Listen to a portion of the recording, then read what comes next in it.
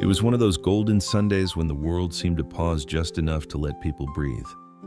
The air in Willow Creek Park smelled like sun-warmed leaves and distant chimney smoke, the kind of scent that made you think of simpler times, of walking barefoot in grass or waiting patiently as a pie cooled on a windowsill.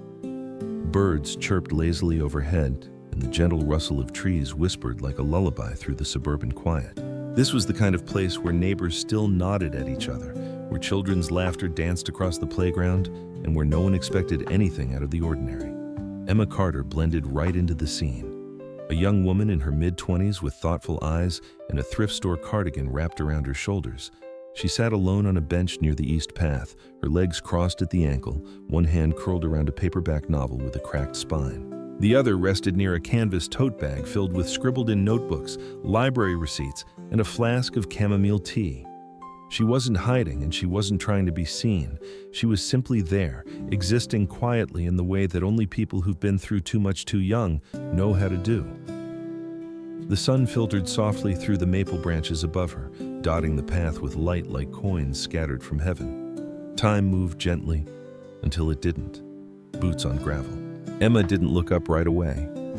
It was the silence that made her spine go stiff, not the absence of sound, but the way nature itself seemed to hold its breath. Even the birds stopped, the breeze stilled. She slowly lowered her book, her fingers still marking the page as two uniformed officers came into view. One was older, solid build, weathered face, and a smirk that didn't quite reach his eyes. Officer Dale Morgan. His posture was relaxed, but his presence wasn't. The kind of man who'd worn the badge long enough to believe it gave him more than just authority. Next to him stood Officer Rick Jensen, leaner, newer, a little too twitchy, like he hadn't yet figured out if he was part of a joke or about to become one. "Well now," Morgan drawled, his voice sliding over the air like oil on water. "What's a girl like you doing here all by herself on a Sunday afternoon?" Emma blinked slowly, her throat tightening. "Just reading," she replied, her voice calm but clipped. "Is that a problem?" Morgan chuckled, stepping closer. "Depends. You got ID? Could be loitering. Could be casing the place. Never know these days." Her fingers moved toward her tote bag, carefully, like a person who's learned not to give anyone a reason to escalate. "I have ID," she said. "If that's what you need." But Morgan waved her off. "Nah, think we'll just do a visual inspection." And then it happened. So fast she barely registered it. He flicked his baton upward with a casual snap, just enough to lift the hem of her skirt, exposing the tops of her thighs to the autumn air. A humiliating breeze, a startled gasp. Her hands flew to cover herself as her book dropped to the ground beside her boot. And Morgan laughed, an easy, thoughtless laugh like he'd told a dirty joke at a bar with friends. Emma didn't scream. She didn't even flinch. She stood, slowly. "You just assaulted me," she said, not loudly, but clearly, like she needed to say it out loud just to believe it. Morgan raised an eyebrow. "Come on now, lighten up. We're just having a little fun. Sunday fun." Jensen let out a dry, uncomfortable chuckle, but he looked away quickly. His Adam's apple bobbed in his throat, guilt catching on the edge of his breath. Emma's knees were shaking, not because she was afraid, but because for the first time in a long time, she wasn't going to run. Her hand moved to her phone. She didn't fumble. She didn't hesitate. She just dialed a number, one she hadn't called in nearly 10 years. It rang twice. "Monroe," a voice answered, crisp, warm, familiar. "I need you," Emma said quietly. There was a pause, then only one word. "Where?" "Willow Creek, East Bench near the playground." "Don't move," the voice replied. "I'll be there in 15. Emma hung up. She didn't look at the officers. She didn't argue or plead. She simply sat back down, folded the hem of her skirt over her knees with deliberate care, and stared out over the small lake, its surface shimmering like glass. She didn't tremble, not anymore. Not after everything she'd lived through. Because Emma Carter wasn't just a girl on a bench. She was a survivor, someone who had once been pulled out of darkness by a woman in a Navy uniform with fierce eyes and a quiet promise. "You don't have to stay here anymore." And now, that same woman was on her way.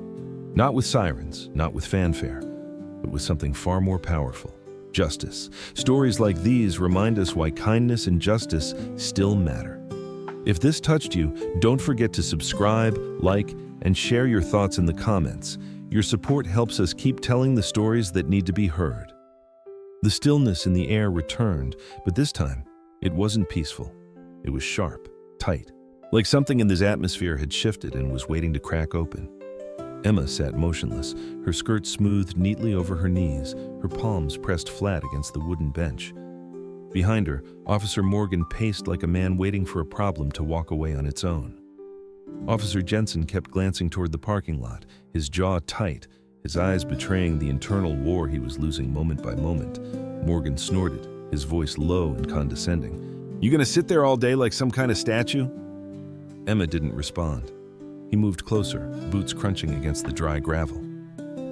"Look, sweetheart, you took it too seriously. We were just teasing. You think the world's that delicate?" She still didn't look at him. And maybe that's what rattled him most. Not her silence, but the weight behind it. Like she was no longer afraid of him. Like she knew something he didn't. He leaned in, a shadow stretching across her lap. "Girls like you, always looking for trouble." Her fingers twitched slightly on the bench. Then a sound, distant, controlled, the low growl of an engine. Not the rushed roar of patrol cars, not the whine of sirens, but the steady hum of a V8 moving with purpose. A matte black SUV pulled into the park's side service entrance and glided into the clearing like a predator that didn't need to roar to command fear. It parked without rush. The driver's door opened without drama, and Carla Monroe stepped out. She wore jeans, a charcoal jacket over a navy button-up, and boots still dusted from the community training drill she'd run earlier that morning. Her posture was calm. Her hands rested lightly at her sides, and clipped to her belt, plain and powerful, gleamed the badge of internal affairs. She didn't slam the door, she didn't yell, she simply walked. And with each step, the world seemed to realign itself. Carla stopped 10 feet from the officers, her sunglasses catching the late-day light. "Badge numbers," she said. Her voice was soft, but it cut like clean steel. "Now." Officer Morgan turned, eyebrows raised in surprise, then amusement. "Excuse me?" "I said," she repeated, slow and deliberate. "Name and badge numbers, right now." Morgan chuckled, as if she were the entertainment instead of the enforcer. "And who exactly are you, ma'am?" Carla didn't blink. She reached into her jacket, flipped open a black leather ID case with a snap. "Sergeant Carla Monroe, Internal Affairs, off-duty, but not enough to ignore a report of misconduct in a public park." Jensen froze. Morgan's smirk wavered. "Now," she said again. "We were just checking a loitering complaint," Morgan mumbled, posture shifting. "She's holding a book, not a crowbar," Carla replied without missing a beat. Morgan's eyes narrowed. "We had reason to—" "No," Carla interrupted, taking one quiet step forward. "You had opportunity. Don't confuse the two." A small ripple moved through the crowd. Parents at the playground were now watching. Joggers had stopped. A man walking a golden retriever paused just beyond the trees, phone raised, eyes narrowed. It wasn't just a moment anymore, it was a scene. Carla turned toward Emma, her tone softening for the first time. "You okay?" Emma nodded once. It wasn't a fragile nod. It was the kind people gave when they were holding back a tidal wave, but standing still anyway. She didn't cry. She didn't tremble. But she remembered. Because years ago, in a living room that smelled like beer and broken things, she had crouched behind a radiator while a man who claimed to be her uncle screamed at police through the cracked door. That day, Carla Monroe had walked into the room, not with force, but with presence, and knelt beside Emma. "You don't have to stay here anymore," she had whispered. Those were the words that changed everything. That broke the cycle. And today, they echoed again. Not as rescue, but as return. Carla looked back to Morgan. "Did you touch her?" "She's exaggerating," Morgan said, "making it up." Carla tilted her head. "Then you won't mind if I request the park's surveillance footage, or review your body cam. You are wearing your cams, right?" Morgan didn't answer. Jensen's voice cracked. "Mine's charging.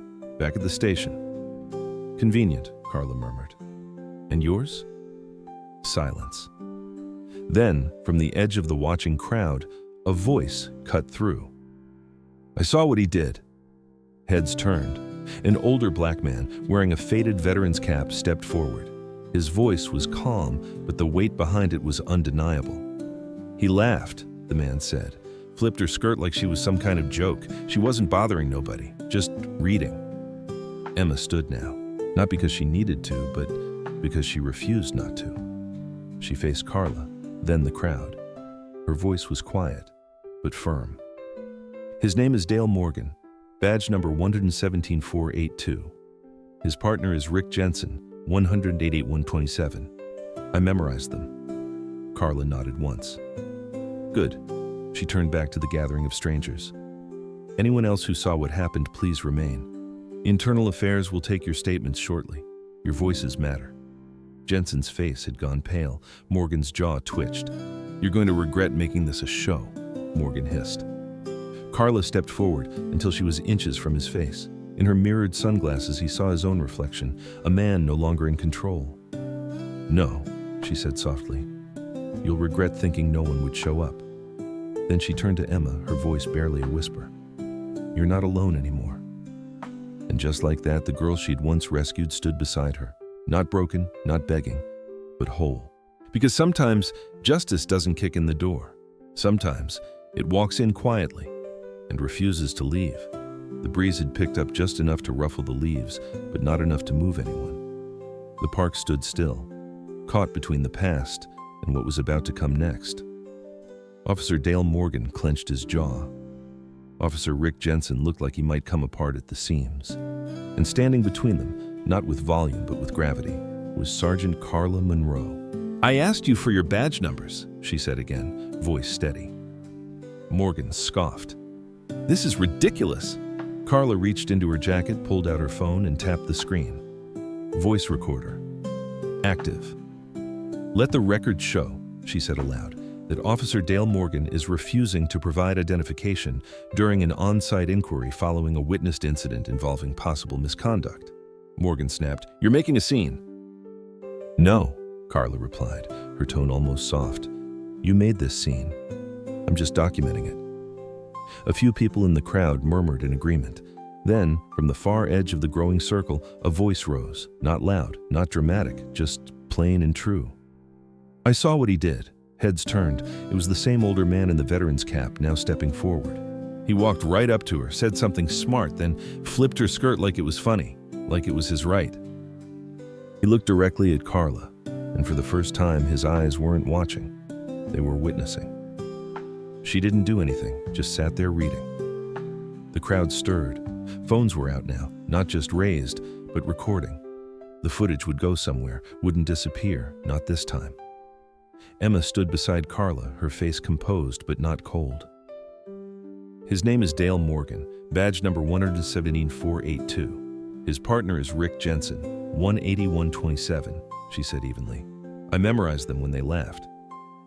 Jensen swallowed hard. Carla gave a quiet nod. Thank you, Emma. Morgan's face flushed red. What is this? A witch hunt? No, Carla said. It's called accountability.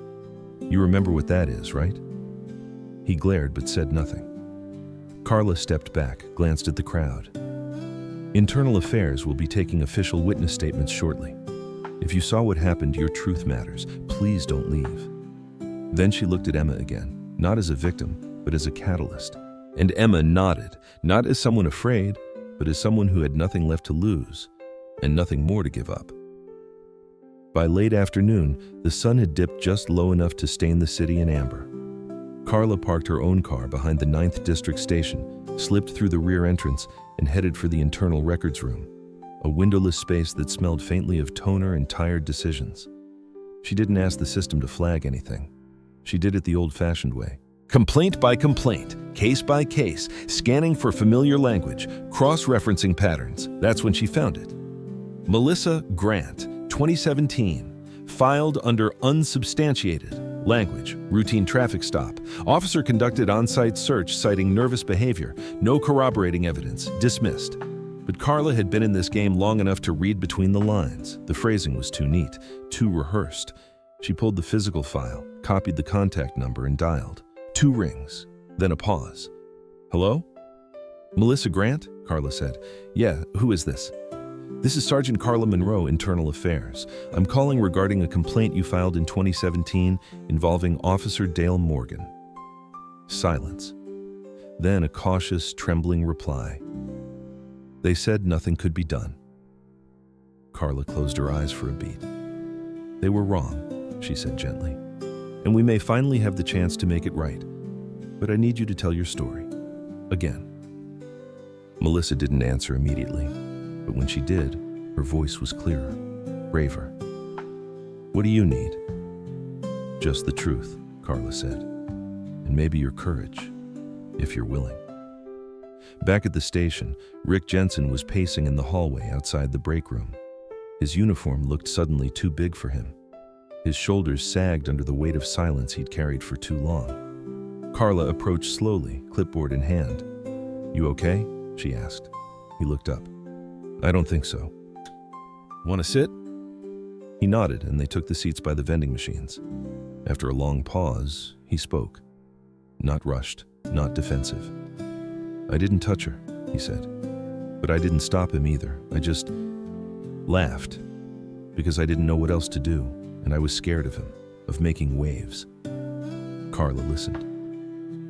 He's been doing stuff like that for years, Jensen admitted. Little things, comments, visual inspections, jokes in the locker room. He called them harmless.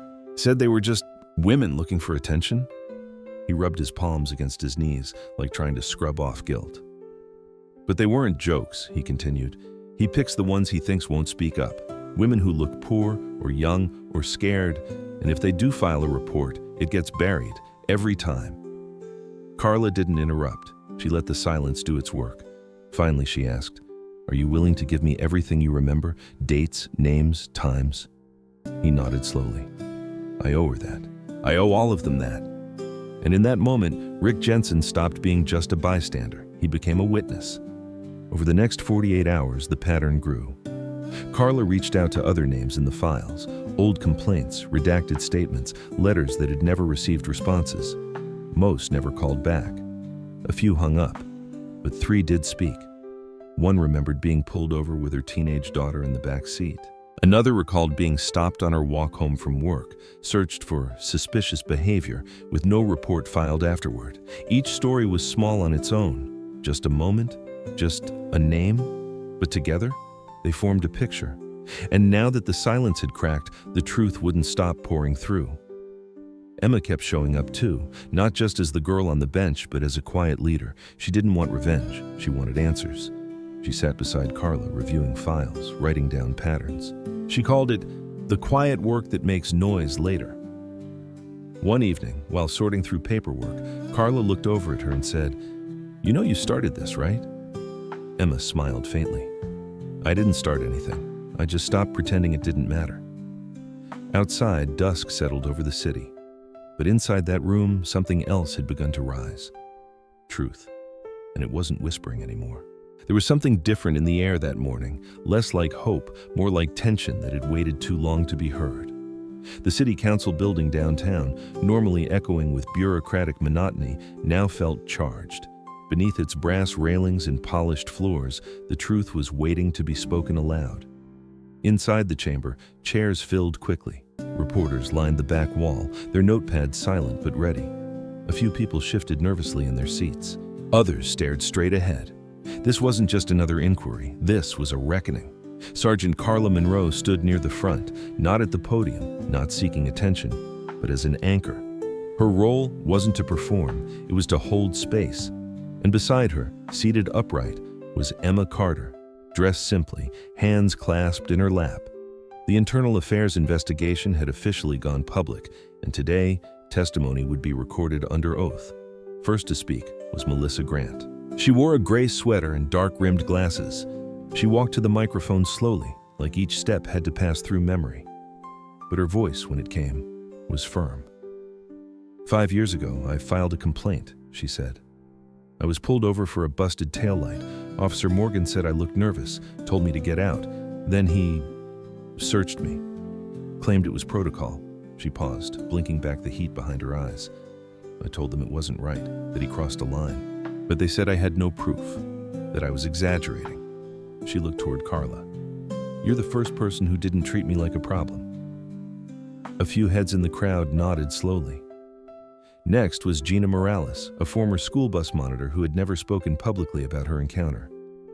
He used to hover near the stop, always during dismissal. He'd lean against the cruiser and ask the 8th grade girls if they had boyfriends. Once he offered one of them a ride home, said it was safer than walking. Gina clenched her fists. Nothing ever happened on paper, but all of us knew it wasn't right. Carla stepped forward only once to submit sworn affidavits, photographs, and a list of complaints once dismissed as unsubstantiated. They weren't unsubstantiated anymore. They were corroborated, named, remembered. Finally, it was Emma's turn. She stood, not timidly, not with dramatics, just with quiet resolve. She walked to the front and faced the hearing panel. "I was reading a book," she began. He walked up, made comments about how I looked. Then he said he wanted to do a visual inspection. I didn't understand at first. Then he used his baton to flip my skirt. A hush fell over the room. "He didn't touch my skin," she continued, her voice calm. "But what he did left bruises I had to carry home." Her words didn't rise, they didn't shake, they landed like stone on still water. From the back, Carla caught movement. Rick Jensen was walking forward. When asked if he wanted to testify, he nodded. He took the seat reluctantly, like someone standing in his own shadow, and spoke into the mic with a voice that carried remorse instead of excuses. "I was there," he admitted. "I didn't stop it. I laughed, but not because I thought it was funny. I just froze. He's done this before. Not just this, but worse." He provided names, locker room stories, a pattern, targeting young women, especially those who seemed poor or isolated. "There's a culture," he said quietly, "and I was part of it, even in silence." It wasn't comfortable, but it was honest. And in that moment, silence broke again. Officer Dale Morgan never took the stand. His attorney claimed it was unnecessary, that the claims were emotionally exaggerated, that it was a public overreaction in the age of social media. But the room wasn't listening to him anymore. It was listening to the women and to itself, because once the truth is heard, it cannot be unheard. The jury deliberated for 3 hours. When they returned, the air was no longer tense. It was braced. The judge read the verdict aloud. Guilty on 3 counts: misconduct under color of authority, harassment with intent to degrade, abuse of power in a public setting. The sentence? Not years in prison. But Morgan's badge was stripped, his name permanently added to the National Law Enforcement Misconduct Register. He was barred from future law enforcement work and placed under federal probation with mandatory therapy and public accountability hearings. Was it enough? Maybe not, but it was a crack in the wall, and it would grow. Morgan didn't look at Emma as he was let out, but Carla did. She watched as Emma exhaled, deep and long, as if finally releasing something she'd held for years. Her fingers relaxed on her lap, her jaw softened. This wasn't triumph, it was truth, hard won. Outside the courthouse, the sky had turned golden, the same way it had in the park that day. The press leaned in, cameras flashing, but Emma didn't stop for sound bites. She wasn't a symbol, she was a person. And people heal, slowly, quietly, but fully. The wind moved differently now. It wasn't rushing or rustling or demanding to be noticed. It just was, soft, present, weaving itself through the branches like a whispered hymn. The park hadn't changed. The bench still sat near the edge of the lake, weathered and cracked in the same places. Children still squealed at the playground. Dogs still yanked their owners toward geese. The world had gone on, but Emma Carter, she had changed. She stood quietly beside the bench where it all began, her coat drawn loosely over her shoulders, a folder tucked under one arm. The leaves above her glowed with the early hues of October, amber, gold, a dash of fire red. It wasn't dramatic. It was simply honest. Autumn had arrived, and so had she. Carla Monroe approached from behind, her steps steady, a to-go coffee cup in each hand. Her jacket was unzipped, her expression calm. Not stoic, just sure. Emma turned and smiled when she saw her. A soft smile, the kind that doesn't stretch far but means everything. "I thought I'd feel angry," she said, "but I don't." Carla handed her a cup, then took a seat on the bench. Emma sat down beside her, folding her coat beneath her. I feel clean, she added, like I finally stopped breathing in shame. Carla said nothing at first. She just sipped her coffee, eyes on the lake. Then, from her coat pocket, she pulled out a small box. Inside was a lapel pin, brass, aged in the shape of an open eye. This belonged to someone I worked with back in D.C., she said. She used to say that justice isn't revenge, it's remembering, and helping others remember too. She pinned it gently to the lapel of Emma's coat. Emma looked down at it, then back at Carla. I don't know what I'm supposed to do next. Carla smiled faintly. You already started. The folder Emma carried was creased and worn already, though it had only existed for a few weeks. On the front, hand-drawn in black marker, were 3 words: The Quiet Stand. It wasn't a non-profit yet, or a movement yet. It was something simpler, a space, a safe one, for women, girls, anyone who had once silenced their own voice to protect their peace, and now wanted it back. The emails had started coming after the story broke, then the letters. Scribbled in pencil, typed in long paragraphs, folded napkins slid across cafe tables. Some were anonymous, some weren't. But all of them said the same thing in their own way. I thought I was alone. Emma didn't promise justice, she couldn't. But she could promise to listen, to believe, to say, I'm still here, and so are you. Dozens had reached out already. A few had shared their stories. One woman mailed a letter with nothing inside but a photo of herself at age 12 and a post-it that read, I'm finally ready to believe her. As the 2 women sat quietly, watching the water shift in the breeze, a child's voice broke through. Excuse me, are you Emma? They both turned. A little girl, maybe 8 or 9, stood a few feet away, her coat a size too big, one mitten missing. She held out a folded piece of paper with both hands. Emma leaned forward gently. I am, she said. The girl stepped closer. My sister said you made her brave. She told Mom what happened because of you. She asked me to give you this. Emma opened the note. On the inside, in large looping letters written with a blue glitter pen, Thank you. You changed something. Emma pressed the paper to her chest. She didn't cry. She didn't need to. She just breathed. They always thought silence protected them, she whispered, her voice low but certain. But they never heard what silence sounds like when it breaks. Carla's eyes softened. And you broke it. Emma shook her head. We did. Carla didn't correct her. She just reached out, touched the edge of the bench beside them, the same bench where Emma had once sat small and alone, a book clutched to her lap like armor. It's strange, Emma said after a while. I used to hate this place. Now it feels like it's mine again. Carla looked at her. That's what reclaiming feels like. You don't forget, but you change what the memory means. Emma looked out toward the water. I want to build something, for girls like me, for women like Melissa, for the ones who still can't say it out loud. You already are, Carla said. Emma nodded slowly. Still doesn't feel like enough. Carla gave a half smile. It never does. But if it saves just one voice, just one girl, that's not nothing. As they stood to leave, a gust of wind moved through the trees, and a single golden leaf twisted gently from above, spinning as it fell, finally landing softly on the edge of the bench.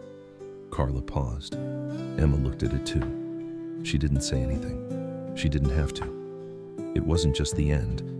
It was where it broke and began again. One voice can break silence, but many voices build something stronger. Stand up, speak, and remember, you're not alone. Don't forget to subscribe for more true stories of quiet courage. You never know who needs to hear this today.